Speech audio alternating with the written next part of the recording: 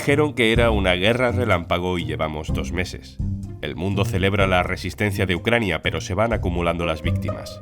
Y no está claro qué pinta puede tener una victoria rusa. Hoy, en un tema al día, ¿cuándo va a terminar la guerra de Ucrania? Un tema al día, con Juan Luis Sánchez. El podcast de eldiario.es. Una cosa antes de empezar. En Ucrania, en Etiopía, en Guatemala o en España, Oxfam Intermón trabaja para que todas las personas tengan derecho a progresar y no solo sobrevivir. Necesitamos tu apoyo. Entra en oxfamintermon.org. Llevamos 2 meses de guerra en Ucrania, 2 meses y más de 5,5 millones de ucranianos que han huido a otros países y otros 7 millones de personas que han tenido que cambiar de ciudad en Ucrania y los miles de muertos que aún no sabemos contar del todo. Ucrania resiste, sí, y a Rusia le está costando la invasión mucho más de lo previsto. Pero ¿hasta cuándo puede durar la resistencia ucraniana? ¿Hasta cuándo merece la pena el desgaste para los rusos? ¿Cuándo va a terminar todo esto? Mariángela Paone, hola. Hola, Juanlu. Mariángela, acabas de volver de tu segunda cobertura en Ucrania. Has estado en las provincias de Kiev y por toda la zona norte del país.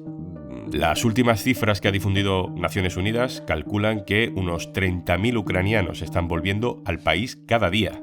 Tú has conocido a bastantes. ¿Quiénes son los que están volviendo? La primera vez que entré en Ucrania, a principios de marzo, desde Polonia, el tren en el que viajaba estaba prácticamente vacío. Esta vez, el tren nocturno de Leópolis a Kiev iba lleno de mujeres que volvían con sus hijos a la capital o a otras ciudades del centro y el norte del país. Y también había gente mayor.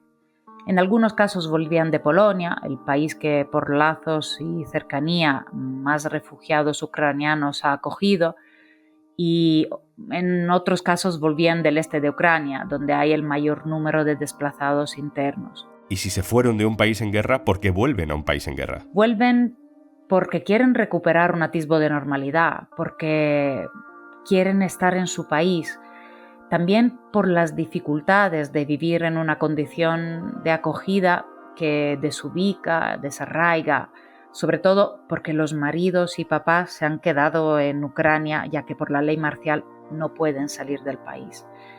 Y vuelven a pesar de que, por ejemplo, en Kiev las sirenas suenen a diario, pero la gente vuelve también porque cree que, por muy larga que sea, la guerra la ganará Ucrania.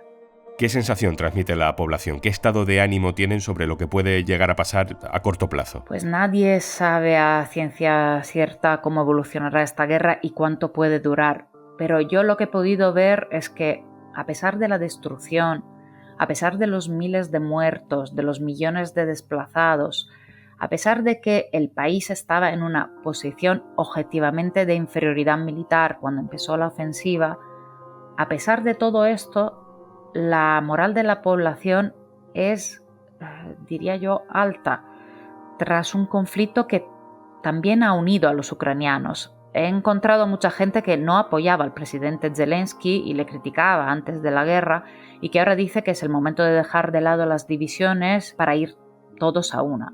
La gente no quiere oír hablar de ceder partes de territorio o de rendición. Una de las cosas que impresiona en las zonas que estuvieron bajo ocupación o sitiada como Chernígov es la rapidez con la que se están limpiando las calles de los escombros, se están reparando las carreteras. En una urbanización de bloques de pisos que fue duramente dañada por los bombardeos, los vecinos, por ejemplo, han vuelto a plantar flores en las zonas ajardinadas comunes, como un gesto también de resiliencia y resistencia. ¿Es un tema de conversación? ¿La gente, digamos, que hace sus propios cálculos de cuánto puede durar todo esto? Pues la gente no sabe cuánto puede durar y creen que va para largo. También por esto muchos vuelven, porque creen que hay que estar en el país y tratar de ser útil. Mariángela Paone, muchas gracias. Gracias a vosotros. Esa es la pregunta que nos estamos haciendo hoy. ¿Cuándo va a terminar esta guerra? Vamos a buscar una segunda opinión Jesús Núñez, codirector del Instituto de Estudios sobre Conflictos y Acción Humanitaria. Hola, Jesús. Hola. Gracias por estar con nosotros de nuevo, Jesús. ¿Los expertos sabéis calcular cuánto puede durar una guerra en función de sus características? ¿Alguien sabe cuánto puede tardar esto en solucionarse? Creo, por casi empezar por el final, que es Putin el único que lo sabe, puesto que en el momento en el que él decida parar lo que ha iniciado el 24 de febrero, parece claro que ni Ucrania va a amenazar militarmente a Rusia, ni la OTAN, ni la Unión Europea. Por lo tanto, en sus manos está. Creo que una opción sería si Ucrania se rinde, entendiendo que no va a conseguir defenderse de la invasión rusa. No parece nada probable porque no solamente las tropas ucranianas están resistiendo el empuje ruso, sino que incluso están recuperando algunas posiciones, aunque es verdad que están al límite de sus capacidades y no tienen más margen de maniobra para aumentarlas. Si miramos a Rusia, lo que podemos ver es que tiene todavía bazas por utilizar para seguir intensificando esa ofensiva militar. Bazas tanto convencionales como, no digamos más aún, con armas de destrucción masiva, sean químicas o nucleares. Si eso no ocurre, y creo que eso no es tampoco lo más probable, si nada de lo anterior ocurre, nos estamos yendo inevitablemente hacia una guerra más larga, puesto que ninguno de los bandos contendientes está en condiciones de imponer su dictado de manera definitiva al otro, y además estamos viendo cómo en manos de Ucrania cada vez hay más armas occidentales que han apostado por debilitar a Rusia y, por lo tanto, dicho de forma cruda, por convertir a los ucranianos en la carne de cañón que se encargue fundamentalmente de convertir a Ucrania en el cementerio de las ansias expansionistas de Putin. Pero creo que nos dirige hacia un escenario de guerra, de desgaste, de guerra cronificada, en definitiva algo que ya hemos visto en el caso de Siria, de Libia y de otros países. ¿Cuál puede ser la clave determinante para que se defina definitivamente el ritmo que puede tener esta guerra a partir de ahora? Creo que lo que ahora mismo calificamos como ofensiva rusa en el Donbass es el momento decisivo. En función de lo que se obtenga a partir de esa ofensiva, podemos ya empezar a vislumbrar lo que puede ser el futuro del país. En la medida en la que Rusia sigue, en todo caso, avanzando, aunque sea muy lentamente, nos vamos acercando cada vez más a un escenario en el cual cabe imaginar a Ucrania como un país fragmentado. Desde luego es muy difícil imaginar que Crimea vuelva a manos de Ucrania, no lo va a conseguir militarmente tampoco. Es difícil imaginar que, si no todo, al menos parte del Donbass pasen nuevamente al control de Kiev. Todo eso nos llevaría como mínimo a que la parte oriental y sur del país quedaría en manos de Moscú. Eso llevaría, por otro lado, entonces, a que, en el mejor de los casos, se podría mantener el gobierno de Zelensky o bien en Kiev o bien en Leópolis. Hoy por hoy creo que podemos seguir contando con que ambas partes están convencidas todavía de que la opción militar les puede hacer mejorar la situación que actualmente estamos viendo y que, por lo tanto, las negociaciones de momento no tienen interés ninguno para Moscú y para Kiev. Según cómo sea el resultado de esa ofensiva en el Donbass, podremos ver si Kiev consigue resistir el empuje militar y luego en la mesa de negociaciones consigue conservar su existencia como Estado, o ni siquiera llega a ese punto porque las fuerzas rusas acaben finalmente dominando una parte del país que haga inviable la existencia de, ya digo, la Ucrania que conocemos hasta hoy. Остров столь мал, что лишь одной ракеты «Сармат» достаточно, чтобы его утопить раз и навсегда. Все уже подсчитано. Это всего лишь один пуск, Борис.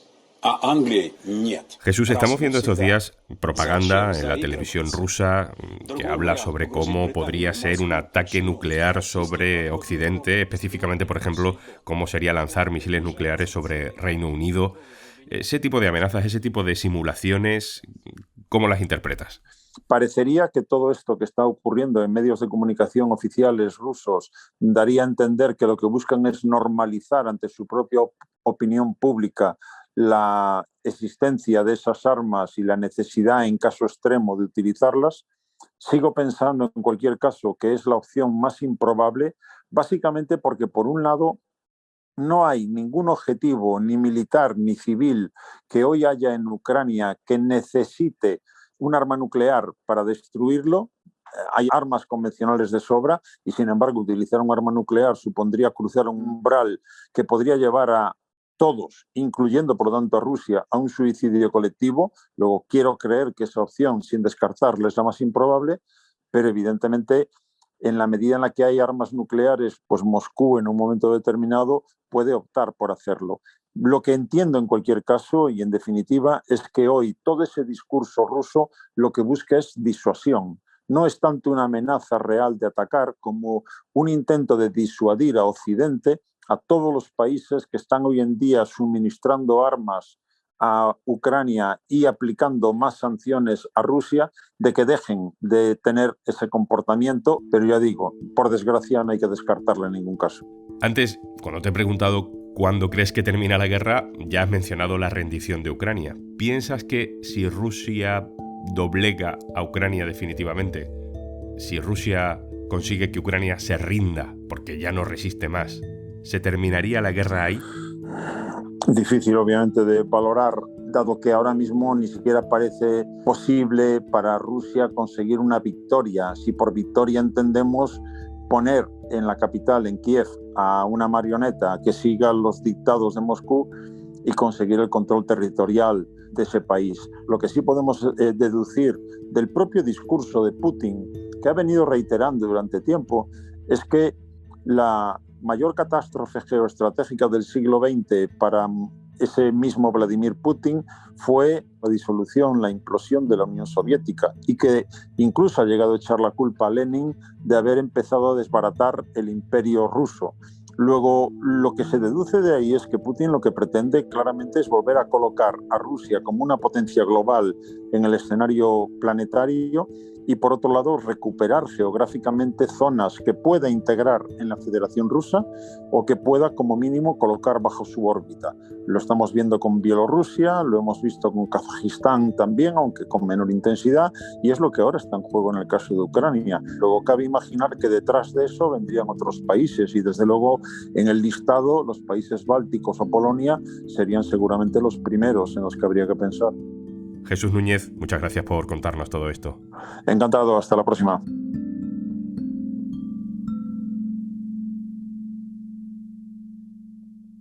Y antes de marcharnos...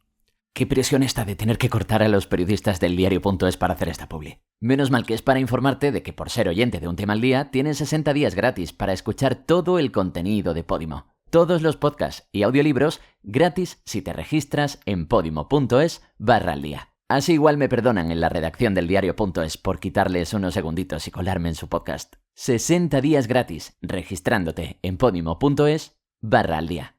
Vale, chicos y chicas, ya podéis seguir. Esto es Un Tema al Día, el podcast del diario.es. También puedes suscribirte a nuestra newsletter. Encontrarás el enlace en la descripción de este episodio. El podcast lo producen Carmen Ibáñez y Zaskun Pérez, el montaje es de Pedro Godoy y yo soy Juan Luis Sánchez. Mañana, otro tema.